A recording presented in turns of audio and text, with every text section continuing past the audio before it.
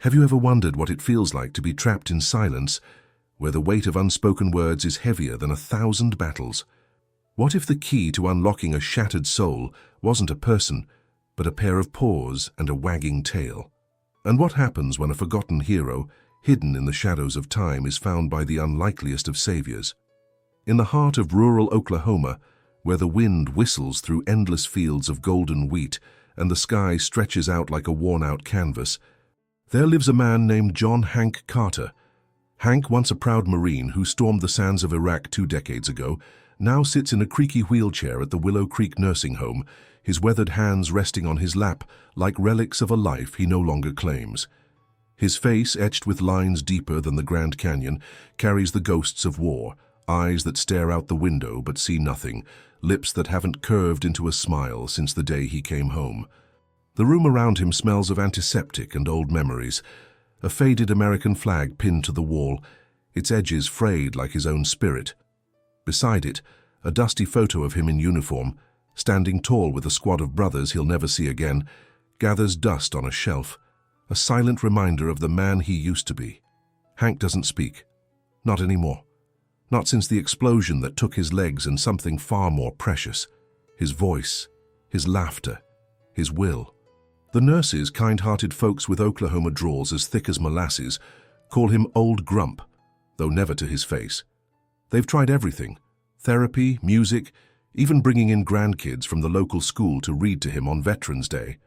But Hank just sits there staring out at the rolling plains, lost in a battlefield no one else can see. His silence is a wall built brick by brick with every memory of screams, gunfire, and the faces of men he couldn't save. It's been months since he uttered a word, maybe even years. Time blurs in a place like Willow Creek, where the days drag on like a country song on repeat, and the only excitement is the occasional bingo night in the rec room.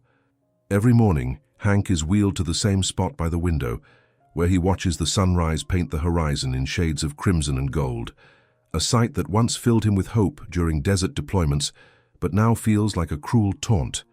He grips the armrests of his chair, knuckles whitening as if holding onto something invisible, something that slipped through his fingers long ago.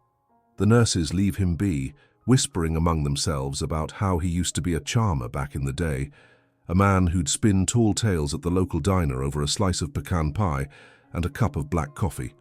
Now, his tray of food sits untouched most days, the mashed potatoes growing cold as the silence in his heart. They don't know what haunts him, not really. They see the scars on his body, but not the ones buried deep, the ones that flare up in the dead of night when he wakes from dreams of sand and blood, his mouth opening in a scream that never comes. Hank's room is a time capsule of a life interrupted. On the bedside table there's a stack of unopened letters from his younger sister Mary, who lives down in Tulsa. She writes every month, her loopy handwriting begging him to come to Thanksgiving or at least pick up the phone. But Hank can't face her, can't face the pity in her eyes or the way she'd try to fill the silence with forced cheer. Next to the letters sits a worn-out baseball cap with USMC stitched across the front, a gift from his late father who served in Vietnam. He used to wear it every 4th of July while firing up the grill for the neighborhood barbecue, the smell of charred burgers and the sound of kids laughing filling the air. Now, it just sits there, a painful relic of normalcy he'll never reclaim. Sometimes, when the nurses aren't looking, his trembling fingers brush against the brim, as if touching it might summon the strength he's lost, or the courage to speak the words he's buried so deep they feel like stones in his throat. The routine at Willow Creek is as unchanging as the seasons in the Midwest. Breakfast at 7, meds at 8, a slow roll down the hall to the common area where the old TV flickers with reruns of Gunsmoke or the local news droning on about the county fair. Hank sits apart from the others, his chair angled away, ignoring the chatter of fellow residents swapping stories about their grandkids or the good old days. Miss Betty, a wiry woman with a shock of white hair, tries to pull him into conversation every now and then, her voice bright as a church bell on Sunday. "Come on, Hank, tell us about them war stories. I bet you got some humdingers." But he just stares ahead, his jaw tight, as if every word she speaks is a grenade pin waiting to be pulled. The others have long since given up, letting him be, though their sidelong glances carry a mix of curiosity and sadness. They don't understand why a man who survived hell won't fight to live again. But beneath this stoic shell, there's a storm raging in Hank's chest. Every day he battles the urge to scream, to let out the anguish that claws at him like a wild animal. He remembers the last time he spoke, the day he came home on a stretcher, his body broken but his mind still sharp enough to feel the shame. He'd looked into his sister's tear-streaked face at the VA hospital in Oklahoma City and whispered, "I let 'em down, Mary. I let 'em all down." Those were the last words he spoke, a confession that felt like a life sentence. Since then, he's locked himself in a prison of silence, punishing himself for the brothers he couldn't save, for the lives shattered on a dusty road half a world away. He doesn't know how to forgive himself, or if he even deserves to. So he sits by that window day after day, watching the world move on without him, feeling the weight of a past he can't outrun and a future he can't imagine. On a crisp autumn morning, when the air smells of fallen leaves and the first hint of winter, something breaks the monotony of Willow Creek. The nurses buzz with excitement, their voices carrying down the hall like a flock of excited birds. A therapy dog program from a local non-profit is visiting today, bringing a golden retriever named Buddy to lift spirits and coax smiles from even the grumpiest of residents. Hank hears the commotion but doesn't budge, his gaze fixed on a lone hawk circling outside, a symbol of the freedom he no longer feels. He's seen these gimmicks before, balloons, clowns, therapy pets. None of it touches him. None of it can reach the part of him that's gone dark, snuffed out like a candle in a storm. He expects Buddy to be just another distraction, another well-meaning attempt to drag him out of the shadows. So when the door to the common area swings open and the sound of eager panting and soft paws on linoleum echoes through the hall, Hank doesn't even turn his head. But Buddy isn't like the others. The golden retriever, with fur the color of Oklahoma wheat and eyes brighter than a summer day, doesn't prance around the room seeking attention from the giggling residents or the nurses cooing over him. No, Buddy freezes for a moment, nose twitching as if catching a scent no one else can sense. Then, with a purpose that startles even his handler, the dog bolts down the hallway, ignoring every outstretched hand and call of his name. The nurses gasp. The handler scrambles to catch up, but Buddy is on a mission. He moves with an urgency that seems almost human, his claws clicking against the floor as he races past room after room until he stops, abruptly, at the threshold of Hank's door. The dog stands there, tail still, ears perked, staring at the man by the window as if he's been searching for him all his life. Hank feels a prickle on the back of his neck, a sensation he hasn't felt since the war, a warning, an instinct. Slowly he turns his head, his faded blue eyes meeting Buddy's unblinking gaze. For a moment time seems to freeze, the hum of the nursing home fading into a distant murmur. There's something in the dog's stare, something that cuts through the fog in Hank's mind like a knife through butter. It's not just curiosity or playful energy, it's recognition. Buddy lets out a low, almost mournful whine, taking a tentative step forward, as if asking permission to cross into Hank's world. And then, in a move that shocks everyone watching from the doorway, the dog pads over and rests his head on Hank's lap, right on those scarred, motionless hands, as if he's been waiting years to do just that. A tremor runs through Hank's body, subtle but seismic, like the first crack in a dam about to burst. His fingers twitch, brushing against Buddy's soft fur, and for the first time in months, maybe years, a flicker of something stirs in his chest. Not hope, not yet, but a memory. A memory of a dog much like this one, a scrappy mutt named Rusty that trailed his platoon through the desert, a mascot of sorts who'd sleep at his feet and lick the salt from his face after a long day. Rusty, who'd been with him on that fateful mission, who'd barked a warning just seconds too late before the world exploded in fire and pain. Rusty, who Hank never saw again after the dust settled.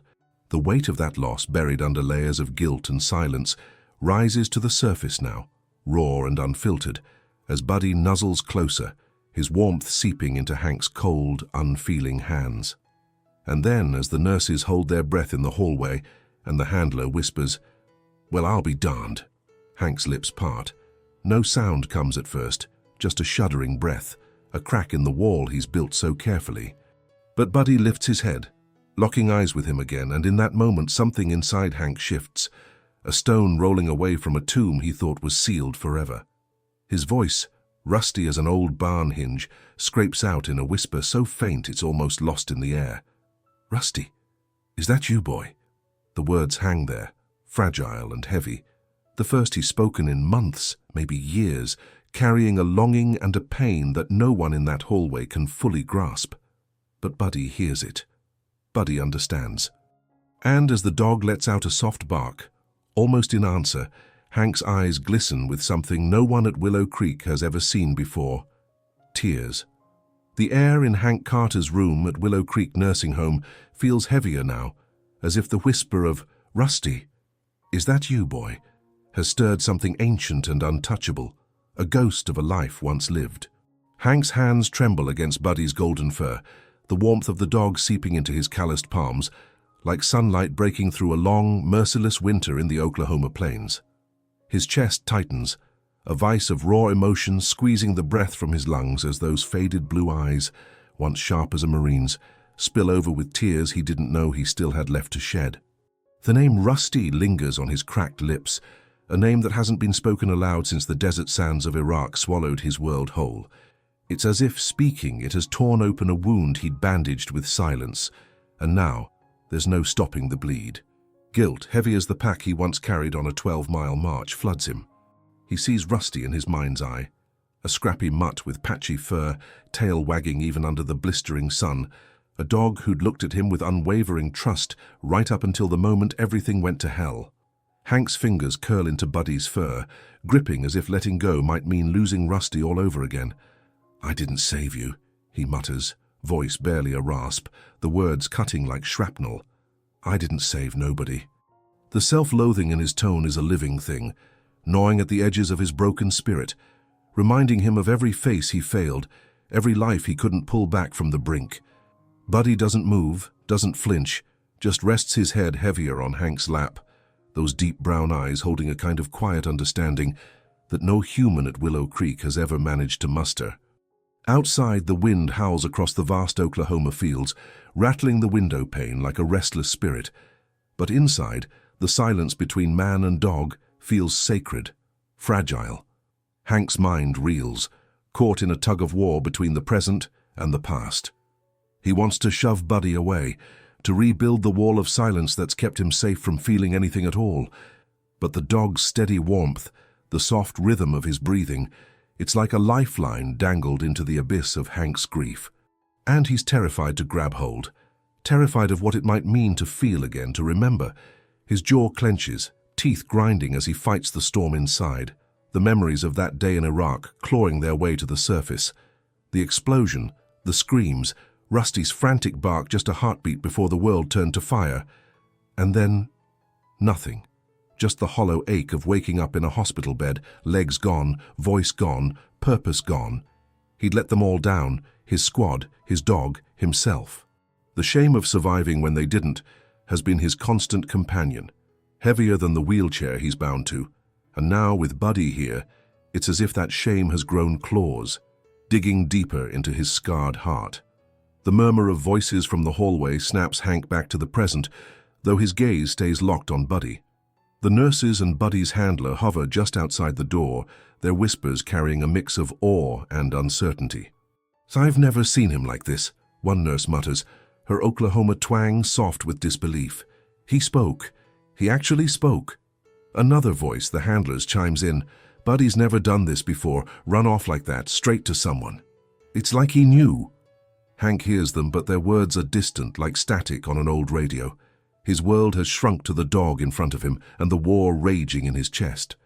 He wants to tell them to leave, to take Buddy and go before this fragile thing, whatever it is, shatters. But his throat tightens, the words dying before they can form. Instead, he feels the weight of their stares, their hope, and it's suffocating. They see a breakthrough. He feels a breaking point.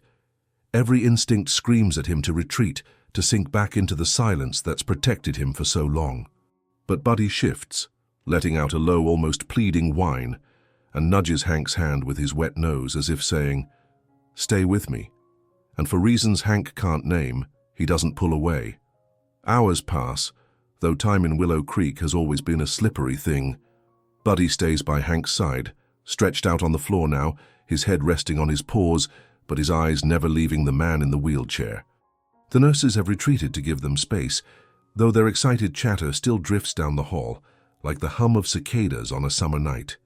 Hank sits motionless, his hands still on his lap, but inside, the ground beneath him feels unsteady, like the cracked earth of the Oklahoma Panhandle after a drought. The dog's presence is an obstacle he can't ignore, a living, breathing reminder of everything he's lost, but also of something he can't quite name yet, something that tugs at the edges of his numbness.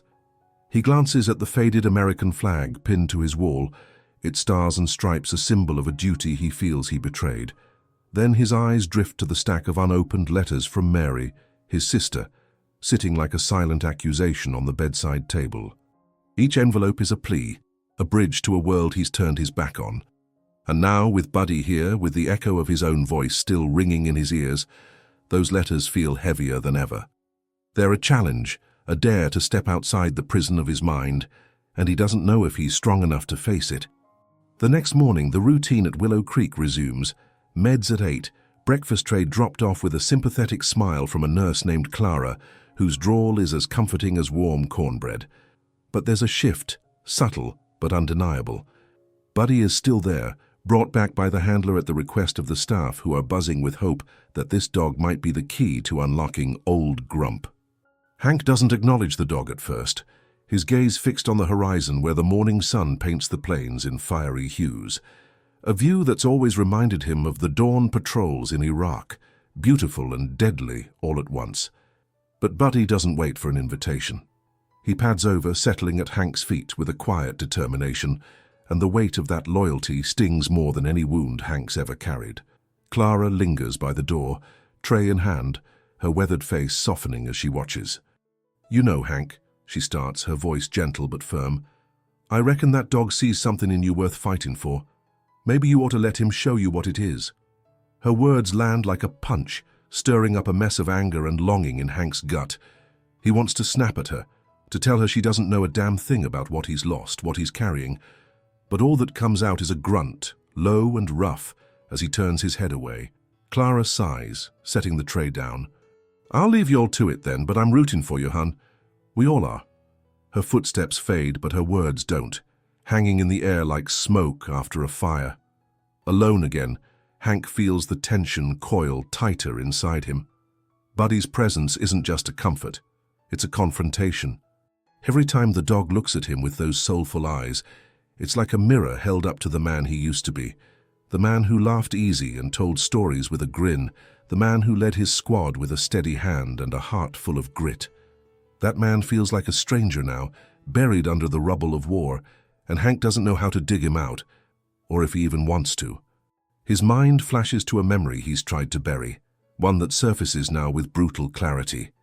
The day Rusty saved him before the explosion. They'd been on patrol, the air thick with tension, when the mutt's ears perked up, a low growl rumbling in his throat. Hank had known something was wrong, had felt it in his bones, but he'd hesitated, second-guessing himself for just a moment too long. Rusty had barked, sharp and desperate, lunging forward as if to drag Hank away. And then the IED had detonated, a blast of heat and pain that stole everything. He remembers Rusty's yelp, cut short, and the silence that followed, louder than any gunfire. Sitting here now with Buddy's steady gaze on him, Hank feels that same helplessness wash over him, the bitter taste of failure coating his tongue. "I should have listened to you, boy," he whispers, not sure if he's talking to Buddy or the ghost of Rusty. His voice cracks, raw with a pain he's never let himself voice before. "I should have been faster." The day stretches on, and with it comes another obstacle, one Hank didn't see coming. Mary, his sister, shows up unannounced, her knock on the doorframe sharp and nervous. She's a wiry woman in her late 50s, her hair streaked with grey, wearing a denim jacket and boots scuffed from years of hard work on her small farm outside Tulsa. Her eyes, the same shade of blue as Hank's, are rimmed with exhaustion and a quiet despair as she takes in the sight of her brother by the window, Buddy curled at his feet. "Clara called me," she says, her voice thick with emotion. stepping into the room like she's walking on eggshells. "Said you spoke yesterday. Said a dog got through to you when nothing else could." Hank stiffens, his hands gripping the armrests of his wheelchair, knuckles whitening. He doesn't look at her, can't meet the hope in her gaze, the desperate plea for connection. Mary pulls up a chair, sitting close enough that he can smell the faint lavender of her hand lotion, a scent that drags him back to childhood Thanksgivings when their mama was still alive, cooking up a storm in a kitchen filled with warmth. "Hank," she presses, her voice softer now, trembling, "I've been writing to you for years, praying you'd say something, anything. If a dog can get you to talk, then maybe I can too. I miss you, big brother. I miss us." Her words slice through him, sharp as a bayonet, stirring up a tempest of guilt and resentment. He wants to lash out, to tell her to leave, that there's nothing left of the brother she remembers. But Buddy shifts, letting out a soft huff, and nudges Hank's hand again, grounding him in a way he doesn't understand. Instead of snapping, Hank's voice comes out low, jagged, each word a struggle. "Ain't nothing to say, Mary. What's done is done. Can't bring 'em back." His eyes flicker to the photo on the shelf, the one of him and his squad, and Mary follows his gaze, her own eyes glistening. She reaches for one of the unopened letters on the table, her fingers brushing the paper like it's something precious. "I wrote about them, you know," she says quietly. "Your boys. I found some of their families online a while back. They wanted to thank you, Hank. Said you kept them alive as long as you could. They don't blame you, nobody does. Except maybe you." Her voice cracks on the last word, and Hank feels his chest cave in, the weight of her kindness almost more unbearable than his own self-hatred. He doesn't respond. Can't, but his fingers twitch against Buddy's fur, seeking something to hold on to as the room spins with memories and regrets. Mary doesn't push further, not yet. She sets the letter back down and pulls out a small worn object from her jacket pocket, a dog tag, not military, but one engraved with Rusty in block letters, scratched and dented from years of wear. "Found this in your stuff when you first came home," she says, her voice barely above a whisper. "Figured it was important. Thought maybe you'd want it now, seeing as this dog's got you remembering." She places it on the table beside the letters, the metal glinting dully in the afternoon light, and Hank stares at it like it's a live grenade. That tag, he'd tied it around Rusty's neck himself, a makeshift collar made from paracord, a symbol of belonging in a place where nothing felt safe. Seeing it now is like a punch to the gut, dragging up the image of Rusty's wagging tail, the way he'd curl up at Hank's feet during endless nights under a desert sky. The tag is more than a relic. It's a tether to a pain he's never fully faced, a reminder of a bond severed by his own failure. His throat burns, eyes stinging, but he doesn't reach for it. Not yet. Mary watches him, her hands twisting in her lap, and after a long silence she adds, "I ain't leaving you alone no more, Hank, not to this silence, not to yourself. I'll be back tomorrow and the next day, till you remember you've still got family who loves you." She stands, brushing a tear from her cheek, and leaves the room as quietly as she came, her boots clicking softly on the linoleum. The weight of Mary's words, of Rusty's tag, of Buddy's unwavering presence, it's all too much. Hank feels like he's standing on the edge of a cliff, somewhere out in the rugged beauty of the Ouachita Mountains, the kind of place he used to hike as a kid, where the world felt vast and conquerable. Now that vastness terrifies him, because it means facing everything he's run from for years. The dog at his feet lets out a soft whine, sensing the turmoil, and Hank looks down, meeting Buddy's gaze. There's no judgment there, only a steady patience, and for the first time Hank wonders if maybe, just maybe, he's not as alone as he's made himself believe. But that thought is a double-edged sword, cutting through his defenses and leaving him raw, vulnerable. He thinks of the unopened letters again, of Mary's tearful plea, of the dog tag that sits like a silent challenge. Each one is a step towards something he's not sure he can handle, a reckoning with the past, a chance at forgiveness he doesn't feel he deserves. And yet Buddy's warmth, the quiet strength in those brown eyes, it's stirring something in Hank, a flicker of fight he thought had died long ago on a dusty road in Iraq. That night, as the nursing home settles into a hushed stillness, Hank lies in bed staring at the ceiling, the dim glow of a street lamp filtering through the window. Buddy is curled up on a blanket the nurses brought in, a steady presence in the dark. For the first time in months, maybe years, Hank doesn't wake from nightmares of explosions and screams. Instead, he dreams of Rusty, of golden fields under an endless Oklahoma sky, of running with a dog at his side, free in a way he hasn't felt since before the war. But the dream shifts, darkening, and he sees the faces of his squad, hears their laughter turn to cries, feels the weight of their loss crush him all over again. He wakes with a start, breath ragged, hands gripping the thin sheets.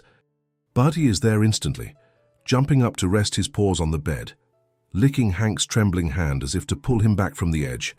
And in that moment, Hank makes a decision, one that feels both inevitable and terrifying. He reaches out with a shaky hand, not for Buddy, but for the dog tag on the table, clutching it in his fist like a lifeline. "I ain't done yet," he whispers, voice hoarse, the words meant for Rusty, for his squad, for himself. "I owe you more than this silence."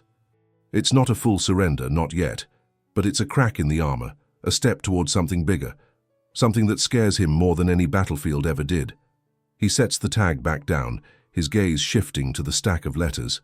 His fingers hover over the top one, Mary's familiar handwriting staring back at him like a dare.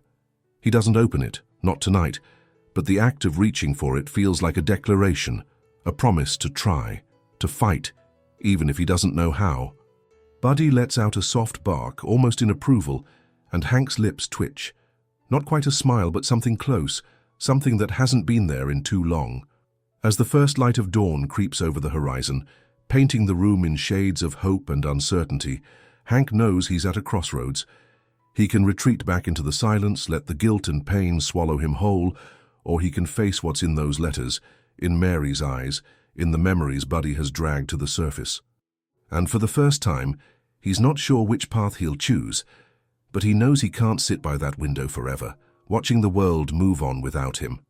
By the way, if you're feeling Hank's struggle as much as we are, make sure to hit that subscribe button and join us for the next part of this journey. We're not done yet, and trust me, you won't want to miss what's coming. Hank's got a fight ahead, and we're here to see it through with him. So stick around, because this story, this battle, is just getting started. The room feels smaller now, the walls closing in with the weight of what's been unearthed. Hank's hand rests on Buddy's head, the dog's steady breathing a counterpoint to the chaos in his mind. Outside, the Oklahoma wind howls like a chorus of ghosts, echoing the ones inside him, but for the first time, he doesn't feel entirely alone with them. Mary's words replay in his head. "I ain't leaving you alone no more," and they're both a comfort and a burden, a reminder that someone still believes in him, even when he doesn't. The dog tag sits heavy on the table, its edges digging into his memory like a splinter under skin, and the letters loom larger than ever, each one a door to a past he's not sure he can face. But Buddy's gaze, unwavering and kind, holds him steady, and Hank feels the pull of something he can't ignore, a chance, however small, to speak again, to live again, to honor the ones he lost by finding a way back to himself. It's a choice that could break him or rebuild him. And as the sun rises over the endless plains, casting long shadows across the room, Hank knows the hardest battle of his life isn't behind him. It's right here, right now, waiting for him to decide if he's ready to fight. The dawn light creeps over the Oklahoma plains, washing Hank Carter's room at Willow Creek Nursing Home in a pale, fragile glow. His hand, still trembling from the weight of the decision made in the dark hours of the night, rests on the dog tag engraved with Rusty. The metal is cold against his skin, a stark contrast to the warmth of Buddy, the golden retriever, who lies at the foot of his bed, eyes half closed but ever watchful. Hank's whisper of "I ain't done yet" still hangs in the air, a vow to himself, to Rusty, to the men he lost in a war that never truly left him. But as the reality of that promise settles in, a cold dread coils around his heart like barbed wire. Reaching for that tag, speaking those words, it was a crack in the dam, and now the flood is coming, whether he's ready or not. His chest tightens, breath coming in shallow gasps, as the memories he's kept buried threaten to spill over. The explosion, the screams, the silence that followed. He can almost taste the sand on his tongue, feel the heat of that Iraqi sun burning through him. His grip on the tag tightens until his knuckles bleach white, as if holding it can keep the past at bay. But it can't. Not anymore.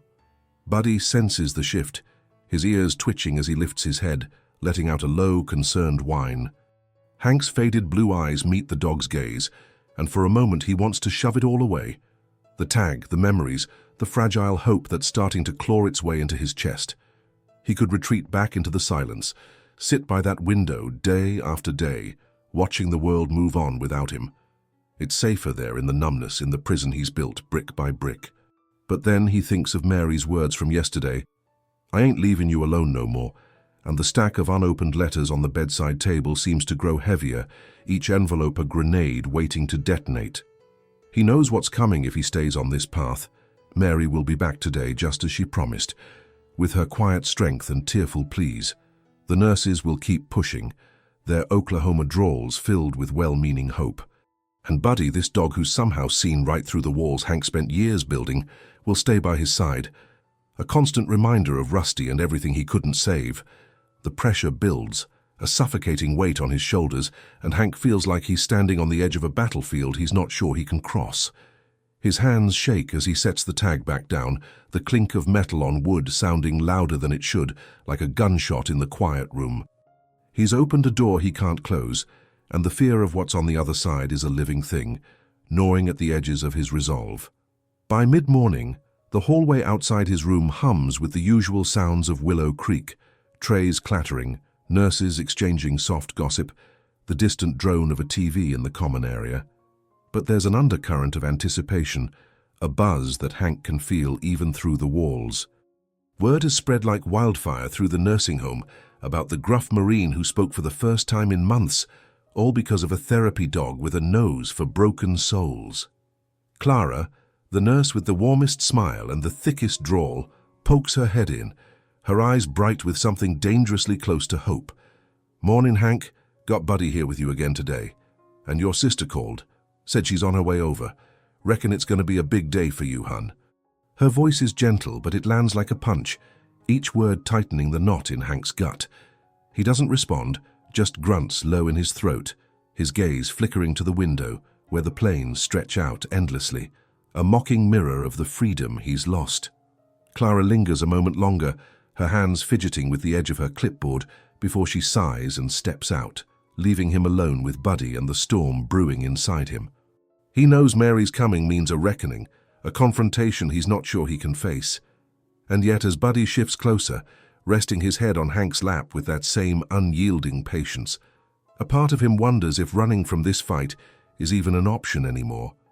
Mary arrives just before noon, the familiar click of her boots on the linoleum echoing down the hall like a countdown. Hank's heart thuds painfully against his ribs as she steps into the room, her weathered face etched with a mix of determination and vulnerability. She's carrying a small paper bag, the kind you'd get at a corner store, and her blue eyes, mirror images of his own, soften as they land on him. Buddy's tail thumps gently against the floor in greeting, but Hank's hands clench the armrests of his wheelchair, bracing himself. Mary pulls up a chair, sitting close enough that he can smell the faint lavender of her hand lotion, a scent that tugs at memories of simpler times, of Thanksgivings long past when their family was whole. "Hey, big brother," she starts, her voice trembling but firm. "I meant what I said yesterday. I ain't giving up on you, not now, not ever." She sets the bag on the table, nudging it toward him, and Hank's eyes narrow, suspicion warring with curiosity. "Open it," she urges softly, her hands twisting nervously in her lap. He hesitates, the weight of her gaze pressing down on him, but eventually, with fingers that feel too clumsy for the task, he reaches for the bag and pulls out a small, framed photo. It's an old snapshot, grainy and faded, but the image steals the breath from his lungs. It's him, 20 years younger, in uniform, kneeling in the Iraqi desert with Rusty at his side. The dog's tongue lolls out in a goofy grin, and Hank's own face, unmarred by war's cruel lines, carries a smile he doesn't recognize anymore. The photo is a blade, slicing through the last of his defenses, and Hank feels the ground shift beneath him. His throat burns, eyes stinging as he grips the frame so hard the wood creaks. "Where'd you get this?" he rasps, voice raw and jagged, each word a battle in itself. Mary's lips quiver, a tear slipping down her cheek as she leans closer. "One of your old squad mates sent it to me a few years back. Name's Tommy. Said he took it a week before everything. Said you were the best damn leader he ever knew, Hank. Said Rusty was your shadow, and you'd have given anything to keep him safe. He thought you'd want to remember that man, the one who fought so hard for everyone." Her words are a tidal wave, crashing over him, drowning him in a pain so sharp it's almost physical. He wants to throw the photo across the room, to shatter it like the memories have shattered him, but he can't. His hands tremble, the frame slipping slightly, and Buddy lets out a soft whine, nudging his elbow as if to steady him. Mary reaches out, placing her hand over his, her touch warm and grounding. "You didn't fail them, Hank," she whispers, voice breaking. "You did everything you could. And I know it hurts. I know it's hell to carry. But you're still here. You're still my brother. And I need you to come back to me, please." Her plea cracks something deep inside him, a fault line in the stone of his silence, and for the first time since that day in the desert, Hank lets himself feel the full weight of it all, the guilt, the loss, the love he's tried to bury. A sob tears from his throat, rough and guttural, a sound he didn't know he was capable of anymore. Tears stream down his weathered face, cutting trails through the dust of years, and Mary wraps her arms around him, holding him tight like she's afraid he'll disappear. Buddy presses closer, his head on Hank's lap, a silent pillar of strength as the man who's been silent for so long finally lets go. "I'm sorry, Mary," Hank chokes out, the words spilling like blood from an old wound. "I'm so damn sorry. I couldn't save 'em. Rusty, the boys, I let 'em down." Mary shakes her head fiercely, her own tears soaking into his shoulder. "No, Hank, you didn't let nobody down. You carried them with you, every day, even when it broke you.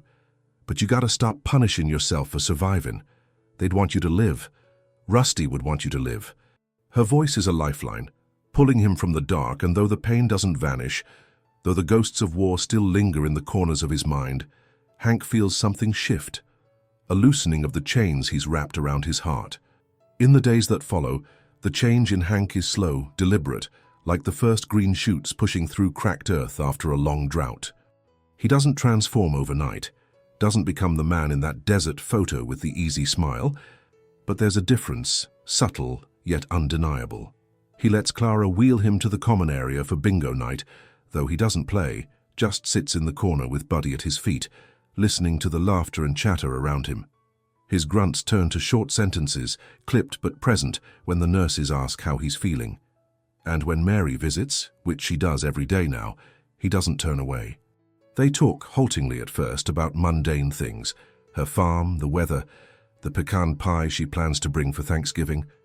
But eventually the conversations deepen, and Hank finds himself telling her bits and pieces of the war, of Rusty, of the men he lost. Each word is a weight lifted, each memory shared a brick removed from the wall he's built. Mary listens, never pushing, her hand often resting on his as if to anchor him to the present. Buddy remains a constant, a quiet guardian who seems to sense when the shadows creep too close, nudging Hank's hand or curling up closer to remind him he's not alone. But the transformation isn't without cost. One evening, as the sun dips low over the plains, painting the sky in hues of fire and ash, Hank makes a choice that feels both necessary and excruciating. With Mary by his side, and Buddy watching with those soulful eyes, he takes the framed photo of him and Rusty, along with the old dog tag, and asks Clara to drive them out to a quiet spot just beyond Willow Creek, a small veterans memorial tucked among the wheat fields, where weathered crosses and plaques stand as sentinels of sacrifice. There, under the vast Oklahoma sky, Hank places the photo and the tag at the base of a stone, engraved with the names of local heroes, some of whom he served with.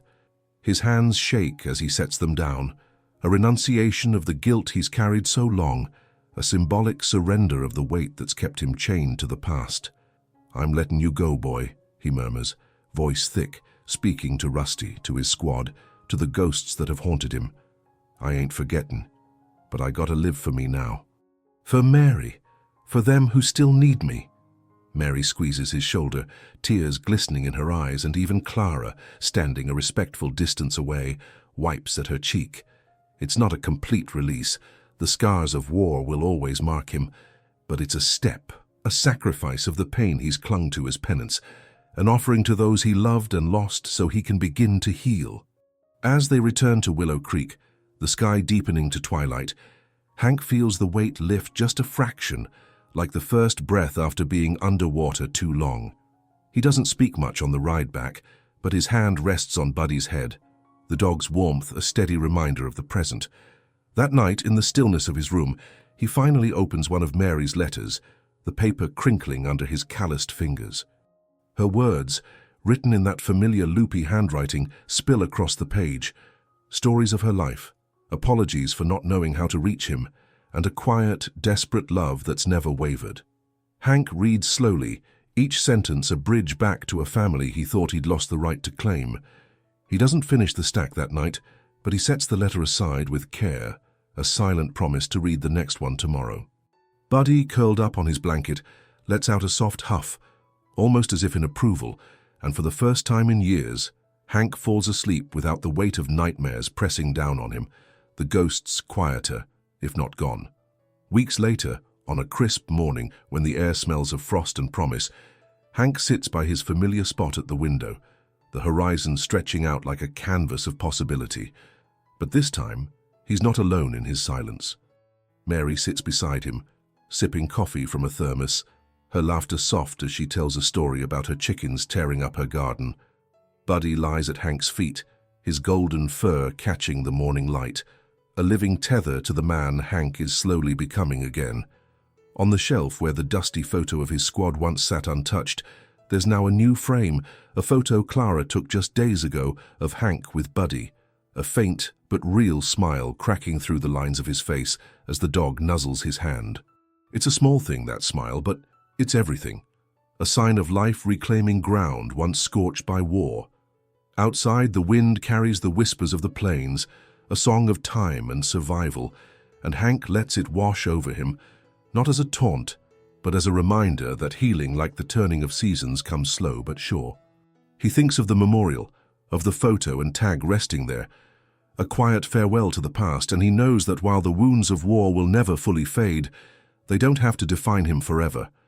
Life, he's learning, is not just about the battles fought, but about the courage to stand up after the dust settles, to speak when silence feels safer, to love when loss feels heavier.